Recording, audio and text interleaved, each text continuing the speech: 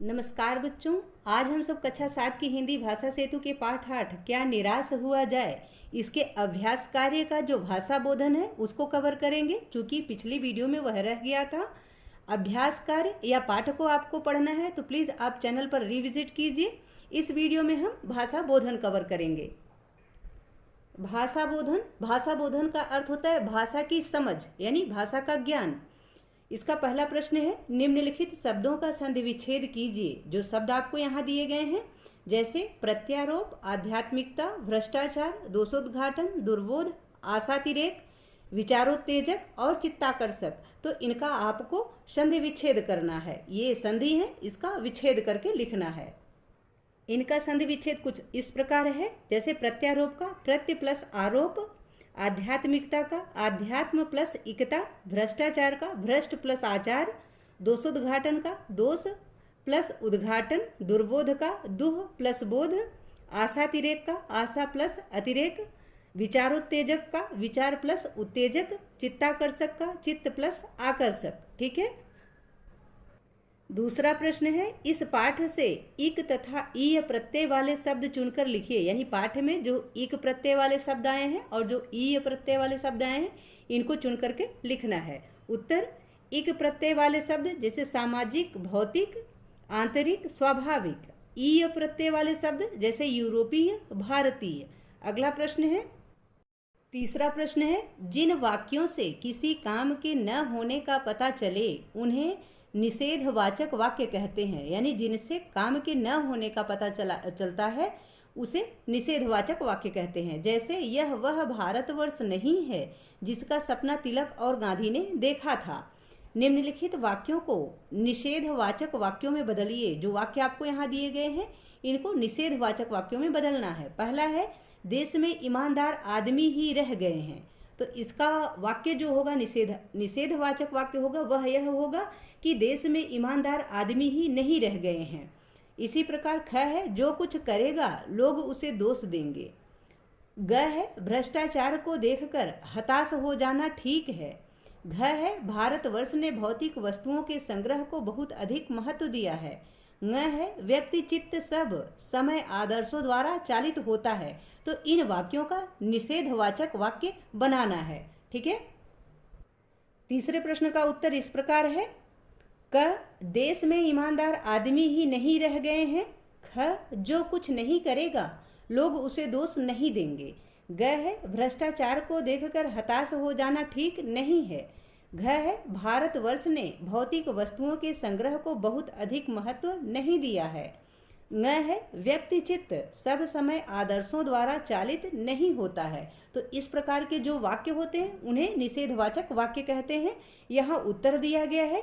प्रश्न आप पुस्तक से लिखिए और फिर जैसे क का प्रश्न आपने पुस्तक से लिखा कि देश में ईमानदार आदमी ही रह गए हैं, और फिर आपने उत्तर में लिखा कि देश में ईमानदार आदमी ही नहीं रह गए हैं। ठीक है। तो प्रश्न आप बुक से देखिए और उत्तर यहाँ से कवर कर लीजिएगा, यहाँ से लिख लीजिएगा। चौथा प्रश्न है, दो शब्दों के अंशों या वाक्यों के जोड़ने वाले शब्दों को समुच्चय बोधक कहते हैं।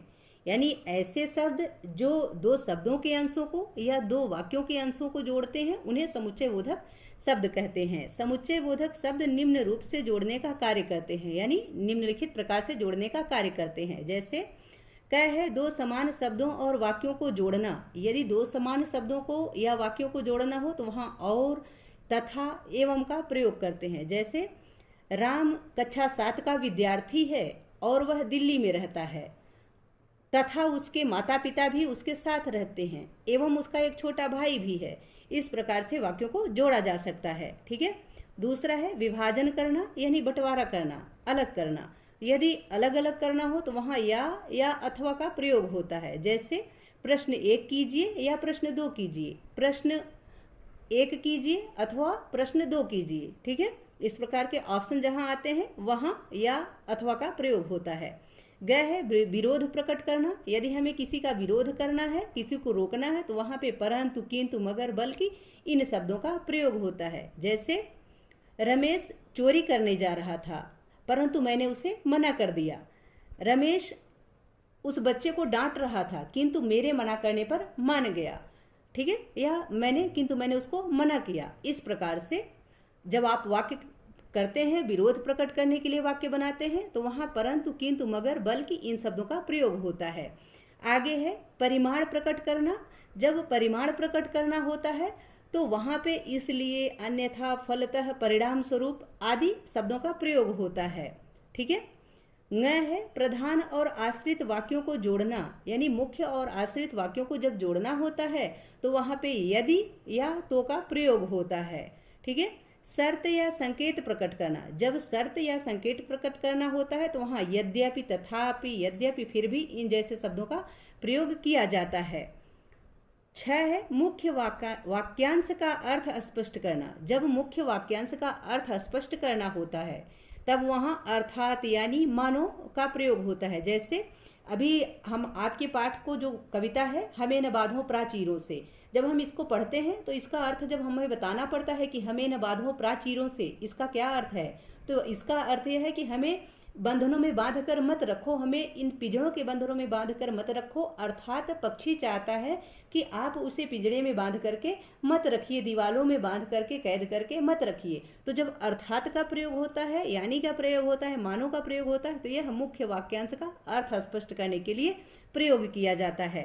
जय है मुख्य वाक्यांश का उद्देश्य स्पष्ट करना। जब मुख्य वाक्यांश का उद्देश्य स्पष्ट करना हो तब वहाँ पे ताकि, जिससे, इसलिए का या की का प्रयोग होता है। ठीक है।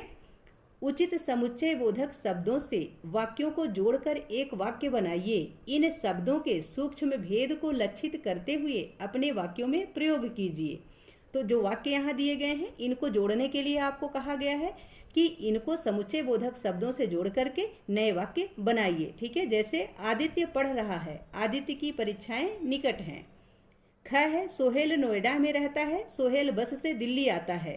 ग है साइकिल ठीक करा लो, साइकिल से बाजार जाया करो। घ है दीपा कब आई, दीपा रोहतक चली गई। ङ है निरंजन बहुत अच्छा है, निरंजन महात्मा लगता है। ठीक है। निरंजन बहुत अच्छा है, निरंजन महात्मा लगता है। इन वाक्यों का उत्तर इस प्रकार लिखा जाएगा। जैसे वाक्य है आदित्य पढ़ रहा है, आदित्य की परीक्षाएं निकट हैं, तो इसको जब जोड़ा जाएगा तो कैसे, आदित्य पढ़ रहा है क्योंकि उसकी परीक्षाएं निकट है। तो यहाँ क्योंकि जो समुच्चय बोधक शब्द है, इससे इस वाक्य को जोड़ा गया है। दूसरा है ख सोहेल नोएडा में रहता है, सोहेल बस से दिल्ली आता है। तो यहाँ सोहेल नोएडा में रहता है इसलिए वह बस से दिल्ली आता है। ठीक है। तो यहाँ इसलिए का प्रयोग करके इस वाक्य को जोड़ा गया है। यह इसलिए जो शब्द है यह समुच्चय बोधक शब्द है। ठीक है। ग है साइकिल ठीक करा लो, साइकिल से बाजार जाया करो। इसका उत्तर होगा साइकिल ठीक करा लो और उससे बाजार जाया करो। और जो शब्द है यह यहाँ पे जोड़ने का कार्य कर रहा है और यह समुच्चय बोधक शब्द है। घ है दीपा कब आई, दीपा रोहतक चली गई। तो यहाँ इसका उत्तर होगा दीपा रोहतक चली गई परंतु वह कब आई। इस प्रकार यह प्रश्नवाचक वाक्य हो गया और परंतु जैसे समुच्चय बोधक शब्द से यह जोड़ा गया है। परंतु यह एक समुच्चय बोधक शब्द है जिसके द्वारा इस वाक्य को जोड़ा गया है। ङ है निरंजन बहुत अच्छा है, निरंजन महात्मा लगता है।